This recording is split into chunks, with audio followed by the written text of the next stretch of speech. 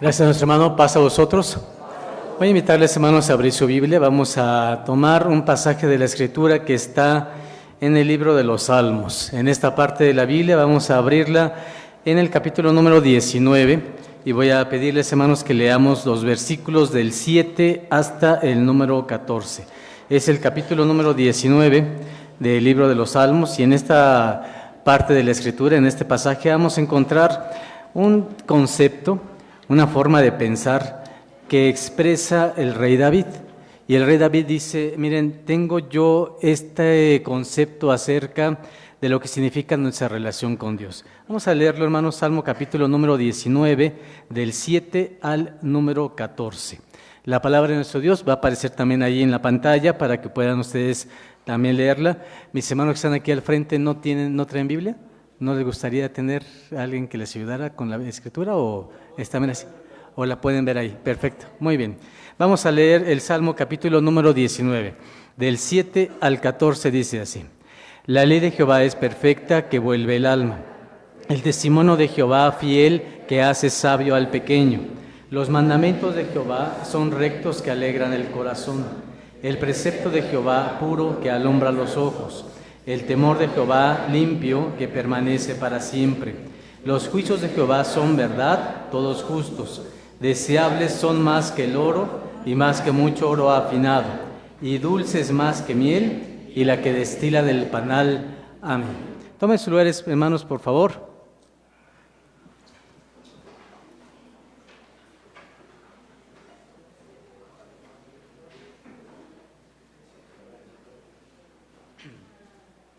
Bien, hermanos, en esta tarde de sábado quisiera que podamos complementar el tema que vimos en la mañana.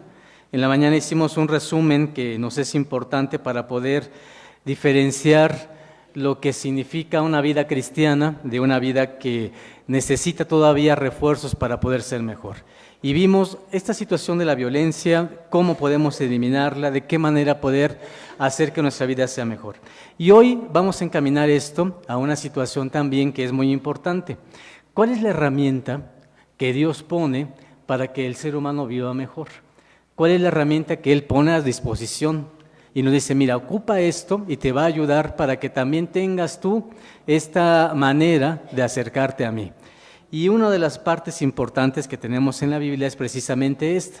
El capítulo 19 de los Salmos dice, cuando yo me relaciono con Dios, entiendo por qué me dice las cosas. Y se llama ley. La ley de Jehová es perfecta, que vuelve el alma. El testimonio de Jehová es fiel, que nos hace sabios desde pequeños. Los mandamientos de Jehová son rectos, que alegran nuestro corazón.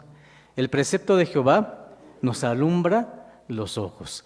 Y esta tarde, hermanos, quisiera platicar con ustedes que uno de los conceptos que nos ayudan para poder encontrar una solución para muchas cosas de la vida son los consejos de Dios. Es la manera que Él nos dice, mira, este es el camino, por aquí te va a ir mejor. De esta manera tienes una manera de resolver, una forma de resolver lo que te ocurre en la existencia. Y es por eso, hermanos, tan importante que la ley sea una marca en nosotros, una manera de distinguir y además podamos notar su importancia. Voy a leer con ustedes otra parte de la Biblia. Esta está en Deuteronomio y en esta parte nos dice, ¿por qué Dios le dice al pueblo que debe de tener una forma de pensar distinta? Y dice el capítulo número 4 de Deuteronomio. Voy a leer con ustedes Deuteronomio capítulo número 4 y vamos a leer desde el versículo número 5. Dice así, mirad, yo os he enseñado estatutos y derechos, como Jehová mi Dios me mandó, para que hagáis así en medio de la tierra en la cual entráis para poseerla. Guardadlos pues y ponedlos por obra, porque esta es vuestra sabiduría y vuestra inteligencia en ojos de los pueblos, los cuales oirán todos esos estatutos y dirán, ciertamente, pueblo sabio y entendido, gente grande es esta. Dice la Biblia que los mandamientos de Dios son una cantidad de preceptos, de ordenanzas, de maneras de vivir, que cuando el ser humano que no es de esta forma, los ve y dice, ¿dónde aprendiste eso? ¿De qué manera estás tomando estas formas distintas de ser, de conducta? Y la gente va a decir, gente grande es esta, ¿quién te lo enseñó? Y cuando vamos a la respuesta es Dios. Dios es el que nos brinda una nueva alternativa. Y debe ser así, porque si Dios nos creó, ¿quién nos conoce, hermanos? ¿Quién sabe lo que sentimos, lo que sufrimos, lo que, hermanos, nos angustia, lo que nos alegra? Pues, hermanos, es Dios que nos ha creado. Y es por ello que diseña siempre cosas que nos hacen bien. Y nos da la oportunidad de decir, mira, te voy a enseñar cómo te lleves en relación con los demás, cómo debes de tomar en cuenta tus relaciones sociales, incluso cómo debes de hacer el comercio, de qué manera tienes que vender, comprar. Esa forma, hermanos, se llama ley de Dios. Y todo esto es necesario en la vida. Cuando la gente escuchaba esto, entonces acabamos de leer. ¡Qué gente grande! ¿Qué gente tiene esta oportunidad de vivir de esta manera? Y decimos, pues es la gente que se acerca al Creador. Seguimos leyendo, versículo número 8. ¿Y qué gente grande hay que tenga estatutos y derechos justos, como es toda esta ley que yo pongo delante de vosotros? Por tanto, guárdate y guarda tu alma con diligencia. ¿Qué significa guardar nuestra alma con diligencia? Dice adelante, que no te olvides de las cosas que tus ojos han visto, ni se aparten de tu corazón todos los días de tu vida, y enseñarlas haz a tus hijos y a quienes más. Así como vimos en la mañana que la violencia es transgeneracional, que puede pasar de padres a hijos, también lo es la buena conducta. Y quisiéramos que eso nos pase, que las cosas buenas las podamos enseñar a nuestros hijos. Y qué maravilla sería que nuestros hijos lo enseñaran ¿a quién? A sus hijos, a nuestros nietos, a los hijos de los hijos, y de ahí por generaciones. De verdad que tendríamos una sociedad mejor, un país con mejores oportunidades, un lugar donde podamos tener más situaciones en las cuales no tengamos que preocuparnos, y por supuesto que lo podemos lograr. Yo les decía la semana pasada que comencemos con la iglesia, aquí, en nuestras familias, para poder tener la oportunidad de tener estos momentos diferentes de vida. Sin embargo, el tema de hoy viene sobre este punto. Hay personas que dicen, sí, la ley es buena, pero ya no la necesitamos, ya no es parte de mí. Y decimos, pero ¿cómo le das la vuelta? ¿Cómo quieres que no usemos la ley si tiene un gran beneficio en la vida? ¿Por qué piensas eso? Y algunos textos son los siguientes. Voy a leer con ustedes. Capítulo número 3 del apóstol Pablo, que le escribe a los que vivían en Galacia. Y le dice a los Gálatas, miren, quiero proponerles esto. Los Gálatas no eran israelitas, no eran judíos, eran como nosotros, gente que no somos naturales de Israel, no nacimos con estas leyes, y les propone esto. Gálatas capítulo número 3, abran sus Biblias ahí, y vamos hoy a platicar acerca de qué cosa es lo que nos dice la Escritura al respecto. Es el versículo número 1 al 3, nos dice así. Oh Gálatas insensatos, ¿quién os fascinó para no obedecer a la verdad, ante cuyos ojos Jesucristo fue ya descrito como crucificado entre vosotros? Esto solo quiero que sepas de vosotros. ¿Recibisteis el Espíritu por las obras de la ley o por el oír de la fe? ¿Tan necios sois? Habiendo comenzado por el Espíritu, ¿ahora os perfeccionáis por la carne?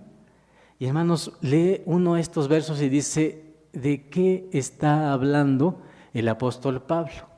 Y releo el verso porque digo, a ver, ¿cuál es la parte inicial? ¿Qué les dice? Gálatas, ¿y cómo los llama? Insensatos. Mi hermano Ricardo, ¿qué es insensato? ¿Estas personas creen en Cristo? Sí. ¿Estas personas a quien les escribe Pablo creen en Cristo?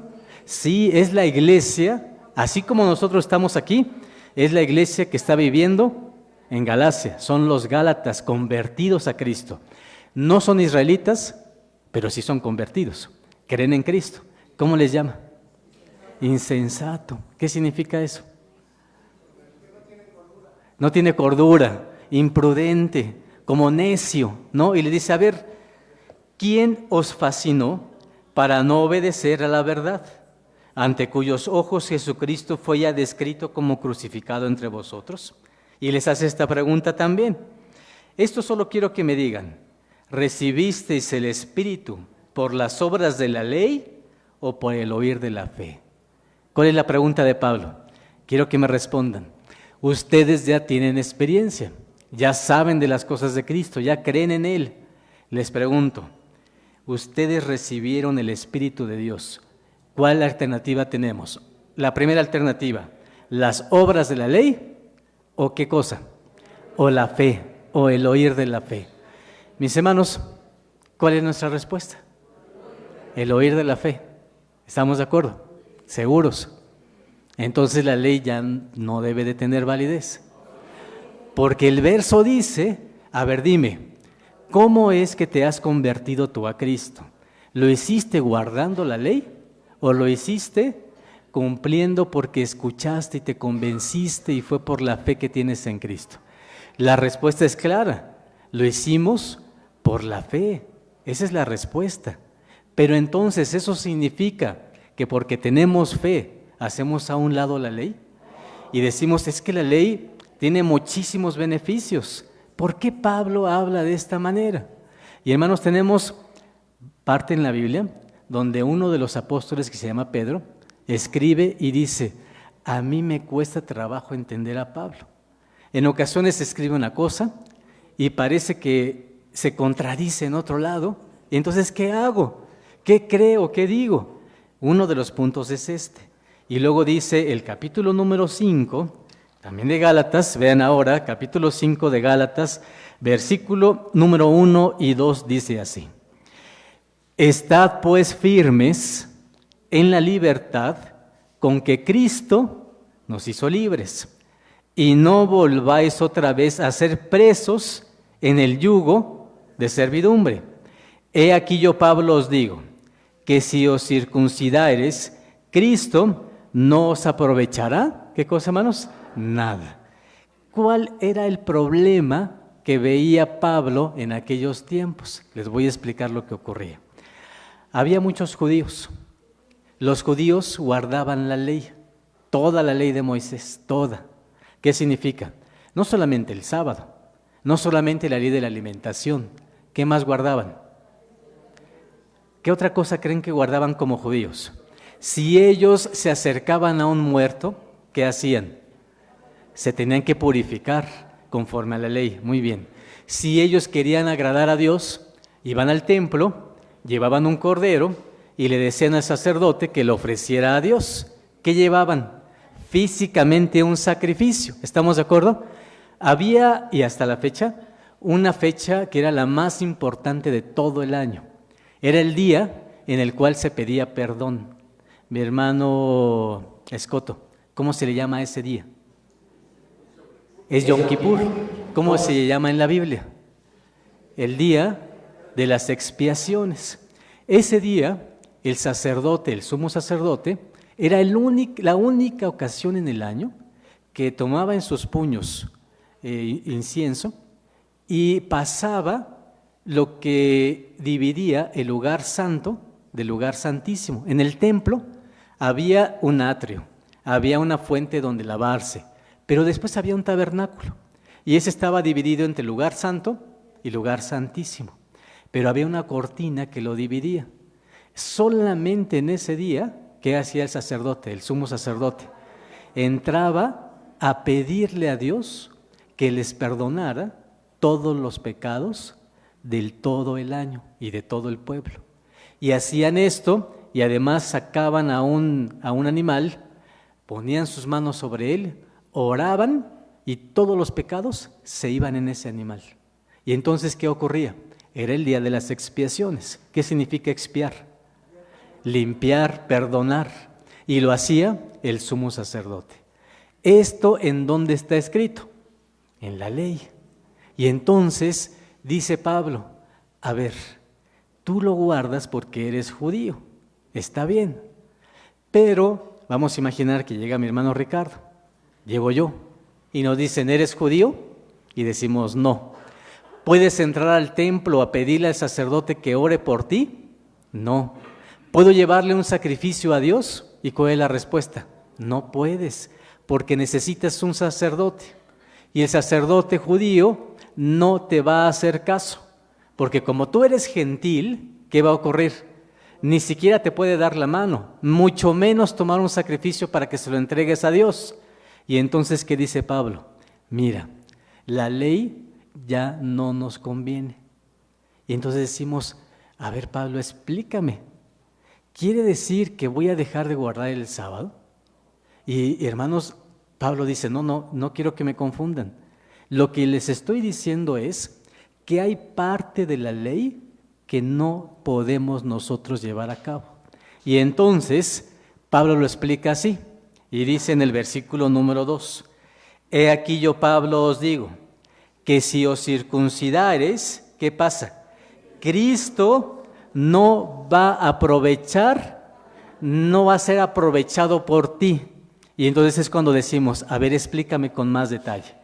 Primer paso, tú no puedes entrar al templo, pero hay alguien que entra por ti.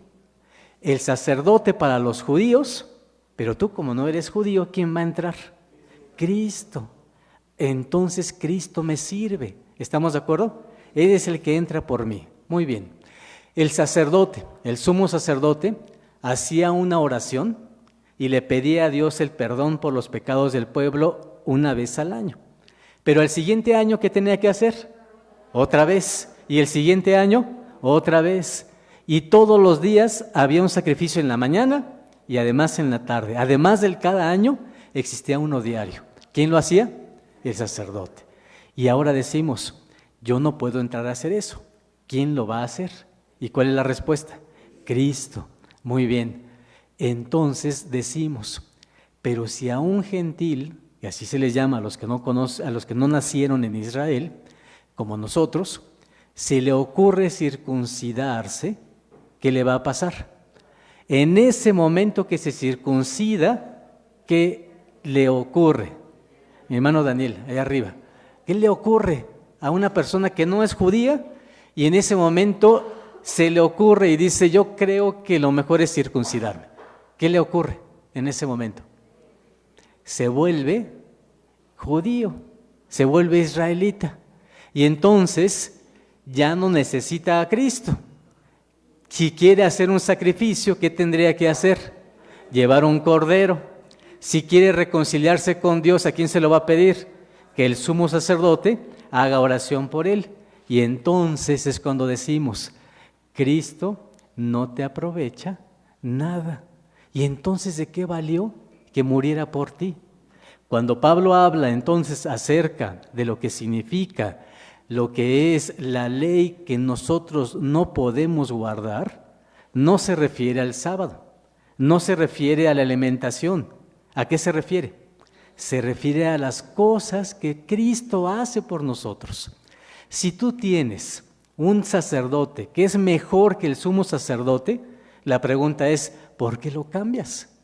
Tú ya crees en Cristo, ¿para qué te circuncidas? Si te circuncidas, ¿qué estás haciendo? Cambiando a Cristo y decirle, Cristo, no te necesito, y me doy vuelta, ¿y a quién estoy viendo? Al sumo sacerdote. ¿Y qué estamos diciendo? Que el sumo sacerdote es más importante que ¿quién? Que Cristo. Llevamos un cordero y le decimos, mira, sacrifícame este cordero.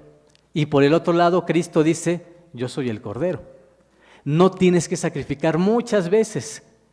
Es tan especial Cristo que Él muere y se sacrifica por los pecados del pueblo y lo hace ¿cuántas veces? Una sola vez. Y si uno se circuncida, es como dijera, Cristo, te moriste por mí y no me importa. ¿Qué significa? Me volteo y quiero que yo sacrifique algo a Dios en la mañana, en la tarde, todos los días, y las expiaciones una vez en el año, las fiestas, todas las fiestas tenían sacrificios, y es como decir, es más valioso eso que Cristo. Y por eso Pablo nos enseña, no lo hagas así. Si eres así, eres un cristiano insensato. ¿Estamos de acuerdo? Eres un cristiano que no has comprendido que eso no es ya para ti. ¿Cómo aprendiste tú? ¿Aprendiste haciendo esas obras de llevando sacrificios o cómo lo aprendiste? Decimos, no, pues yo no soy judío, yo lo aprendí con fe. Pues entonces sigue en la fe. Entonces es por eso tan importante que nosotros tengamos estos conceptos.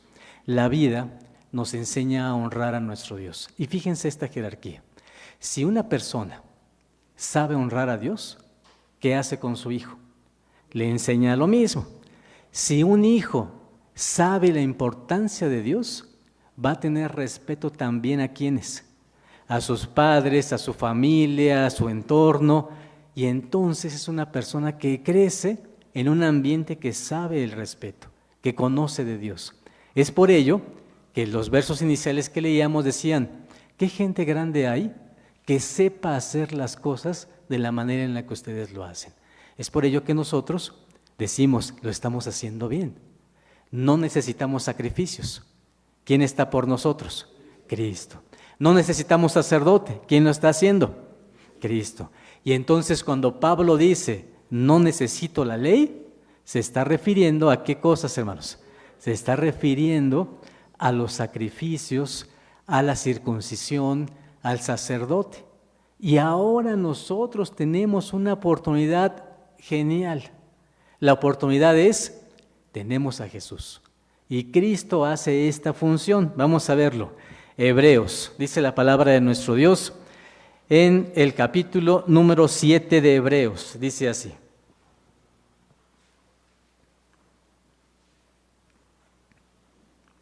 Versículo número 22, dice la Biblia. Hebreos capítulo 7, versículo 22. Tanto de mejor testamento es hecho fiador Jesús. Y los otros cierto fueron muchos sacerdotes, en cuanto por la muerte, ¿qué les ocurría? No podían permanecer. Me detengo ahí. Dice el verso, cada vez que se hace una relación con Dios, se le llama pacto. El pacto que se llama antiguo, el antiguo pacto, era un pacto en el cual el pueblo le decía, mira, necesito un sacerdote y necesito sacrificios, y esa es la manera de organizarnos. Con el nuevo pacto, el que está llevando todo el proceso es Cristo, y se le llama fiador del nuevo pacto. Es el que nos va a responder para que las cosas sucedan bien. Y luego dice en el versículo número 23, en el antiguo pacto, los otros fueron muchos sacerdotes, pero ¿qué les ocurría? Se morían. Y cuando se moría un sumo sacerdote, ¿qué ocurría? Había que nombrar ¿a quién? A otro más, y así sucesivamente. Pero dice el 24, mas este, hablando de Jesús, por cuanto permanece, ¿cuánto tiempo? Para siempre. ¿Cómo es su sacerdocio? Inmutable. ¿Qué significa inmutable? No cambia. Quiere decir esto, miren, cuando los discípulos estaban con Jesús y Él muere y se presenta con ellos y les dice, yo he resucitado, y les dice, miren, prediquen el Evangelio, esa es la iglesia, Él les dice, he muerto por ustedes. ¿Estamos de acuerdo? Muy bien. Se murieron los apóstoles. ¿Y quién permaneció? El sacerdote, que es Cristo. ¿Estamos de acuerdo? Después de Él, pues pasaron muchas personas. Han ocurrido 2000 años desde que Cristo murió. Y a la fecha, al día de hoy, todos ustedes tienen un sacerdote, un sumo sacerdote. Alguien que hace la expiación o el perdón, el que le pide perdón a Dios por nosotros. Hasta la fecha, ¿quién es? Cristo. Y por eso dice que es inmutable. Inmutable significa que no ha cambiado. No ha puesto Dios a otro, porque el que está puesto es suficiente.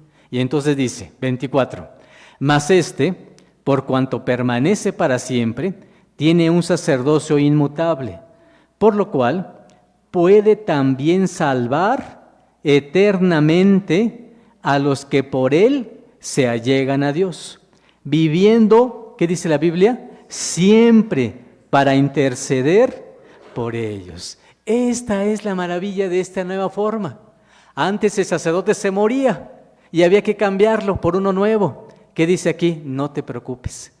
Esto ahora tienes a alguien que te salva eternamente. ¿Qué significa?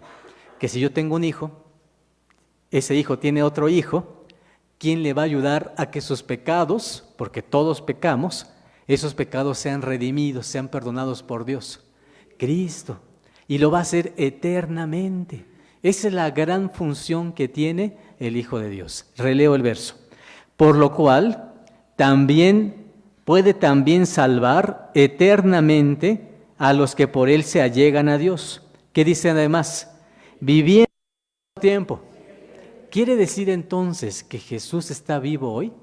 ¿El Hijo de Dios? Muy bien, y dice la Biblia, Él sigue estando. Y entonces dice, viviendo siempre para interceder por ellos.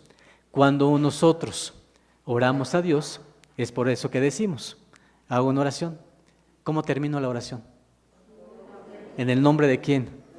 ¿Qué quiero decir con eso? Que lo que le pido a Dios llegue a través de quién? De Cristo. Muy bien. Mis hermanos que tienen los ojos cerrados, digo nada, les voy a preguntar algo. Hay un verso en la Biblia que dice que no hay otro hombre debajo del cielo en quien podamos ser salvos, sino solo a través de Él, que es el Hijo de Dios. ¿En dónde está el verso, mi hermana María? Dijo, sí, lo he escuchado, ¿verdad? Lo pueden buscar mientras. Mientras lo buscan, hermanos, sigo leyendo. Versículo 26. Porque tal sacerdote o pontífice nos convenía. Este sacerdote es mejor que los demás. ¿Por qué? ¿Cómo es Cristo? Es santo. Pregunta, ¿Jesús fue santo? Por supuesto. ¿Qué más? Inocente. Quiere decir entonces que Él tenía estas características. ¿Qué más? Limpio, apartado de los pecadores y hecho más sublime que los cielos, que no tiene necesidad cada día, como los otros sacerdotes, de ofrecer primero sacrificios por sus pecados y luego por los del pueblo, porque esto lo hizo una sola vez, ofreciéndose así a sí mismo. Vean entonces qué maravilla con este versículo. ¿Qué dice el verso? En el antiguo pacto, un sacerdote llegaba y decía, a ver, hermano Escoto, dame tu holocausto. ¿Qué me vas a traer hoy? Un cordero. Y se lo revisaba. ¿Cómo debía ser el cordero, mi hermano Escoto? Limpio, debía de ser de 1 año, sin defecto, no podía tener un problema de visión, una pata rota, debía de ser perfecto. Muy bien. Pero si mi hermano quería reconciliarse con Dios, tenía que llevar un sacrificio cada día.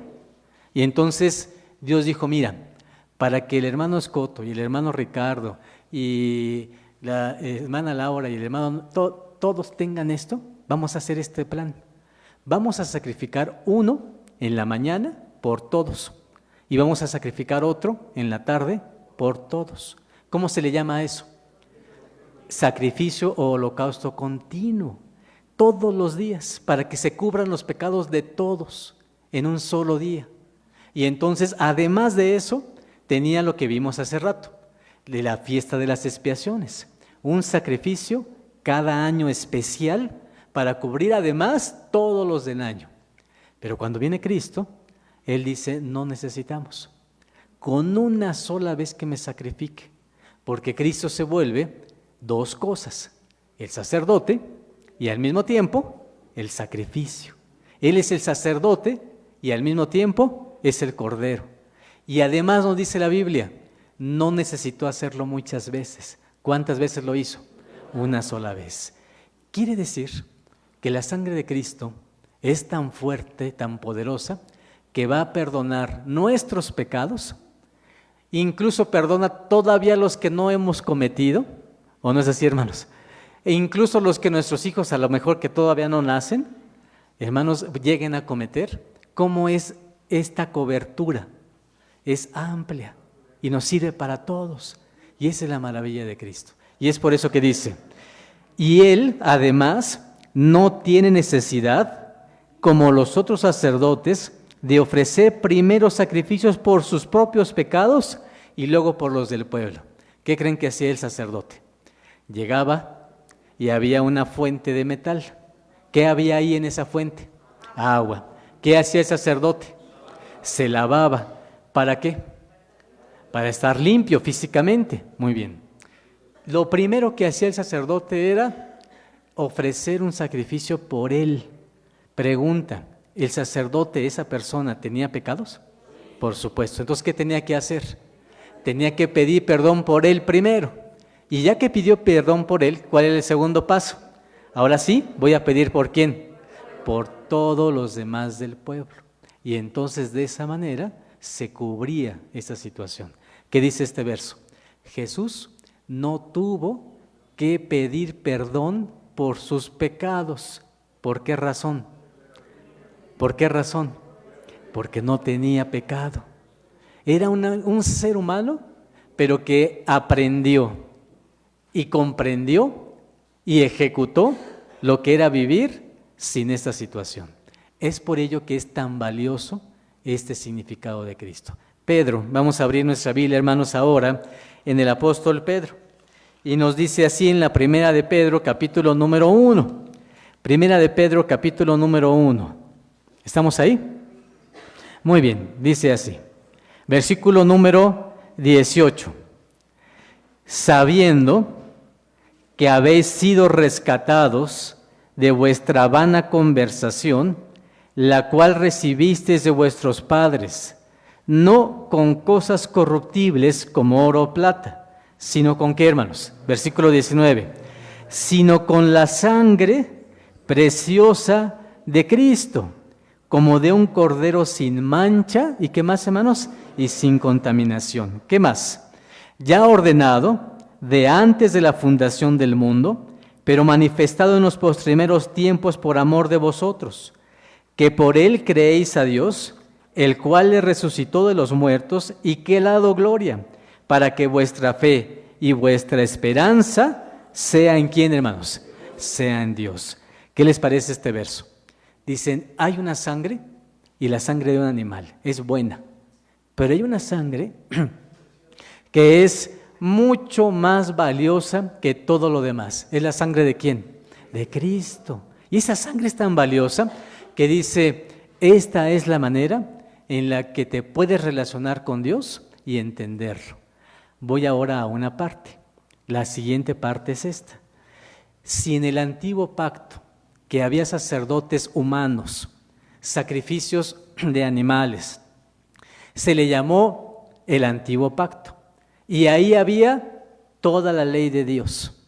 La pregunta de hoy es, en el nuevo pacto, que está Cristo, que está el sacrificio de Él como Hijo de Dios, ¿se necesitarán leyes? ¿Sí o no? ¿Tendríamos que colocar las leyes del Antiguo Testamento en el Nuevo Testamento? ¿Sí o no? Y hermanos, aquí es donde comenzamos con una situación problemática. Muchos podríamos pensar, ¿para qué me sirve la ley? Si la ley fue en el tiempo antiguo. Y decimos, sí, pero la parte de la ley, ¿qué significan los sacrificios? Todo lo demás de la ley te va a servir. ¿Por qué te sirve? Porque la ley de Jehová es perfecta. ¿Qué nos provoca? Nos provoca que vuelva el alma. Y entonces me pregunto, ¿será bueno guardar el sábado? Y era una ley del Antiguo Testamento. ¿Y qué decimos? ¿Será bueno? Y decimos, por supuesto que es bueno. Hay un verso en la Biblia, en el capítulo 56 de Isaías, que dice, mira, cuando logres entender la importancia del sábado, vas a reconocer que este día te va a ser sublime más que cualquier otro día. Yo te voy a llevar a entender la grandeza de lo que significa el tiempo de Dios. Y así, hermanos, vamos mandamiento tras mandamiento. Y nos damos cuenta y decimos, la ley de la alimentación, por ejemplo, ¿necesita un sacerdote para llevarse a cabo? ¿Cuál es nuestra respuesta? No. Y entonces empezamos a comprender, ¿cuál es la regla? La regla es, todo aquello que requiera un sacerdote, ¿quién lo va a hacer? Cristo. Y todo aquello que no requiera un sacerdote, ¿qué ocurre? Lo seguimos llevando. Y entonces, ¿qué pasa? La ley completa la guardamos. Lo que no podemos guardar, lo hace Cristo por nosotros. Si teníamos que llevarle un animal, ahora ¿quién lo hace? Cristo con su propio cuerpo. Pero nosotros, cumplimos con la ley, porque tenemos un sacerdote y tenemos un sacrificio. Quiere decir que la ley de Jehová, ¿cómo es? Perfecta, no cambia. Lo único que ocurre es que lo que yo no puedo hacer, ¿quién lo va a hacer? Lo va a hacer Cristo por mí. Y las cosas que sí puedo hacer, ¿qué tengo que hacer con ellas entonces? Guardarlas. Vamos a ver Hebreos, con eso terminamos. Dice la palabra de nuestro Dios en la siguiente parte, Hebreos. Vamos a leer el capítulo número 8 y nos va a decir, hermanos, estas dos formas de hacer las cosas. Y nos dice así. Capítulo número 8 de Hebreos, versículo número 8. Hebreos 8:8 nos dice así. Porque reprendiéndolos dice, he aquí vienen días, dice el Señor, y consumaré para con la casa de Israel y para con la casa de Judá, ¿qué cosa, hermanos? Un nuevo pacto. Y luego aclara, no como el pacto que hice con sus padres, el día que los tomé por mano para sacaros de la tierra de Egipto. ¿Por qué? Porque ellos, ¿qué pasó, hermanos? No permanecieron en mi pacto y yo los menosprecié, dice el Señor. Ahí nos detenemos primero. ¿Qué ocurre? En el antiguo pacto no era malo que hubiera un sacerdote. No era malo que hubiera un sacrificio todos los días. No era eso lo malo. Eso era bueno porque nos limpiaba delante de Dios. ¿Qué cosa fue lo malo? Dice aquí la Biblia que el ser humano menospreció ese mecanismo. ¿En qué consistió? Con el tiempo, el pueblo de Israel decía, tengo que llevar un sacrificio a Dios. Pero lo van a matar, se va a consumir. Entonces, en lugar de llevarle un sacrificio, un animal bueno, mejor me quedo con ese animal bueno y lo vendo. Gano dinero con él y le llevo a Dios un animal, ¿en qué condiciones? Que esté enfermo, que ya no me sirva, que no vea bien. Y entonces, ¿qué hago? Pues se lo voy a sacrificar a Dios y se lo llevo. ¿Saben qué escribe Dios? ¿Qué dice? ¿Tú crees que así Dios se va a sentir bien contigo? Si tú le llevaras un regalo a alguien y le llevas el presente y le dices, mira, te regalo esto. ¿Qué me estás regalando? Una oveja. Y la vemos y la oveja está ciega. Y decimos, ¿me estás regalando esto? ¿Cómo nos sentiríamos? Hasta ofendidos, ¿no, hermanos? ¿Y qué dice la Biblia? Preséntalo a tu príncipe. ¿Crees tú que se va a agradar de eso? ¿Y qué hacía el hombre? Las personas hacían eso. ¿Qué otra cosa hacían en el tiempo de Jesús? Había gente con una mesa. Tenían ahí animales. Uno llegaba y decía, no me quiero llevar un sacrificio de mi casa. Tengo que cargarlo, llevarlo hasta el templo. Mejor voy a llegar al templo y ahí me voy a comprar un animal. Y hermanos, había gente dedicada a eso. Llegaba uno, pagaba a su animal y se lo llevaban al sacerdote. ¿Qué hizo Jesús cuando vio eso? Dice que llegó y tiró incluso la mesa y dijo, ¿cómo es posible que ustedes estén haciendo esto? ¿Qué hacía el pueblo entonces? Menospreciaba el mecanismo. No estaba mal. El problema era cómo lo hacían. Segundo punto, el sacerdote.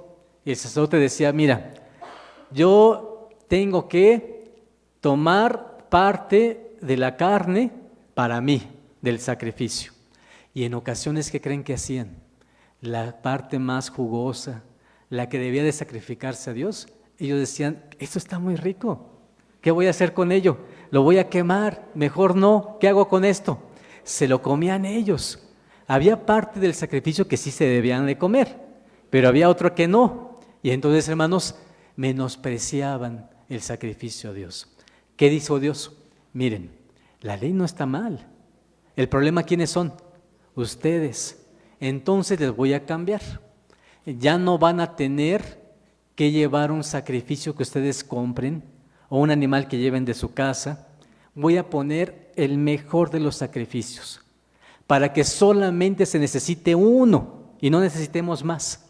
Para que no tengan que estarme trayendo varias veces, con uno solamente. ¿Y a quién escogió? A su propio hijo. Muy bien. Segunda parte. Ya no necesito que haya sacerdotes que sean gente mala, que gente que no toma en cuenta esto, que lo hace como ya de costumbre, como que no tienen importancia a esto. Voy a poner a un sacerdote que no venga de esta genealogía de Leví. Voy a poner a un sacerdote que venga de más tiempo atrás. Y entonces, ¿a quién escoge? A un sacerdote llamado Melquisedec. Y dice, así como él, voy a levantar a otro. ¿Y a quién levanta? A Cristo. Y entonces, hermanos, dice, voy a hacer un nuevo pacto. Y espero que este pacto sí funcione. ¿Qué voy a hacer de cambio también? Yo les di las leyes escritas en un libro. Les di las leyes en tablas de piedra. ¿Qué hacían ustedes? Lo que decían es, no me aprendo la ley, porque si quiero consultar algo en la ley, ¿a dónde voy? Voy al libro o a las piedras para ver dónde está puesto el mandamiento. ¿Estamos de acuerdo con eso, hermanos? Bien, estamos ahí. Y entonces decimos, esto no funcionaba, porque al ser humano se le olvidaba lo que significaba Dios. ¿Por qué? Porque no lo tiene en el corazón. ¿Qué propone Dios? Ya no lo voy a poner ahí. Si lo pongo en un libro, si lo pongo en una piedra, se les olvida. ¿En dónde creen que lo voy a escribir ahora? Te lo voy a escribir donde no se te olvide, en tu mente y en tu corazón. ¿Cómo se le llama todo este nuevo proceso? Nuevo pacto. Y son las mismas leyes, pero ahora escritas ¿en dónde? En el corazón. Miren lo que dice, versículo número 10. Por lo cual, este es el pacto que ordenaré a la casa de Israel después de aquellos días, dice el Señor.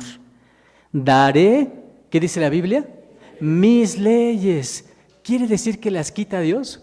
No, ¿qué dice la Biblia? Daré mis leyes, ¿pero en dónde? En el alma de ellos. ¿Qué más? Y sobre el corazón de ellos, las escribiré. Y seré a ellos por Dios, y ellos me serán a mí por pueblo. ¿Qué les parece, hermanos? Ese es el pacto en el que estamos. ¿Les gusta o no? Muy bien. Si no estuviéramos en este pacto, mis hermanos, mi hermana Gaby, tendría que haber traído hoy su sacrificio. Si no tenía para un cordero, ¿cuál era la opción? Unas palomas. Si no tenía para unas palomas, ¿qué tenía que traer? Unas tortitas hechas de harina y se las ofrecían a Dios con algo que se llamaba libación. ¿Se acuerdan qué es eso? Es derramarle aceite o derramarle vino. ¿Y qué decimos ahora? Hermana, no tiene que venir con nada de eso. ¿Con qué debe de venir mi hermana Gaby o cualquiera de nosotros? Con el corazón. Y entonces dice, cada vez que vengas, no se te olvide traerte tu corazón. ¿Por qué creen que les digo eso? Porque se nos olvida a veces. Venimos a la iglesia y se nos olvida el corazón allá en la casa. ¿Qué pasa con eso? Allá, hermanos, el corazón está haciendo otro tipo de actividades, pensando en otras cosas, y no nos vaya a ocurrir como le ocurrió al primer pacto, que dijo Dios, oye, venía la fiesta, y decían los israelitas, otra vez es fiesta, otra vez hay que traer fruta para las cabañas y poner las ramas y después quitarlas y hacer cenas entre los días, ¿no, hermanos? ¿Qué decían los israelitas? Otra vez fiesta, otra vez Pascua, otra vez Pentecostés, otra vez sábado. Y hermanos, en un momento dijo Dios, esto no está bien, no lo estás haciendo como se debe.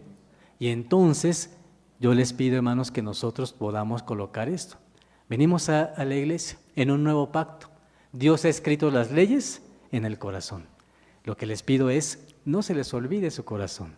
Tráiganlo a la iglesia, preséntenselo a Dios. Cuando vengan, hágalo entonces de esa manera, para que nuestras obras, nuestra mente, nuestros pensamientos hoy estén solamente enfocados a nuestro Dios. Si estoy sentado ahí en la banca, pero estoy pensando, hermanos, en el partido de fútbol, en que si va a jugar la selección el día de hoy, si va a jugar, ¿verdad? Creo. Sí, hermanos, estoy diciendo la novela que no pude ver ayer o alguna cuestión que falte, hermanos, ¿en dónde está nuestro corazón? Está aparentemente con ustedes, pero en realidad, ¿en dónde lo dejaron? Lo dejaron en otro lugar que no es aquí en la iglesia. Entonces lo que dice Dios es, apreciémoslo, veamos lo que hizo Dios, el gran esfuerzo que Él hizo. ¿Por qué creen que Dios hace esto? ¿Por qué creen que Dios dijo, les voy a dar una segunda oportunidad. Imagínense, si veía a los israelitas ingratos, gente que llevaba un animal ciego, tuerto, con una pata quebrada, y decía Dios, está bien, les voy a dar una nueva oportunidad. ¿Por qué creen? Hay un verso que es muy común, y dice la Biblia, miren, de tal manera ha amado Dios al hombre. Es una verdad, lo hace porque nos ama, a pesar de lo ingrato que somos, y nos da oportunidades, y nos dice, ¿cuándo vas a venir a la iglesia? Dejando aquí también, trayendo tu corazón, que te puedas enfocar a lo que estás haciendo, con una claridad de lo que significa darle un servicio a Dios. Y eso se llama nuevo pacto. Escribe las cosas en tu corazón, date la oportunidad de hacerlo así. Y hermanos, eso es el pacto en el que estamos. Los invito a que lo entendamos, lo aprovechemos. La próxima semana vamos a ver una parte un poco más compleja.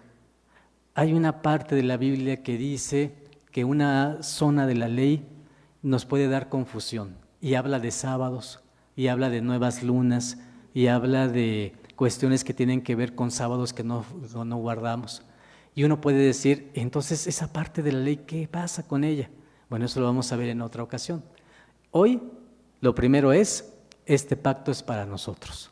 Primero comenzó con el pueblo de Israel y nos han dado el privilegio de incorporarnos a este pacto. Y aquí lo dice la Escritura, que quede escrito en su corazón. Hermanos, traigamos nuestro corazón a la iglesia. ¿Qué significa? Enfoquémonos en escuchar, en aprender, en meditar y en darle a Dios un tiempo de calidad. No un tiempo, sino un tiempo de calidad. Un tiempo que le digamos a Dios, aquí está mi corazón. ¿Y qué dice la Biblia? Un corazón contrito, un corazón humillado, jamás es despreciado por nuestro Dios. Me ha dado mucho gusto verles, hermanos, que Dios les bendiga. Paz a vosotros.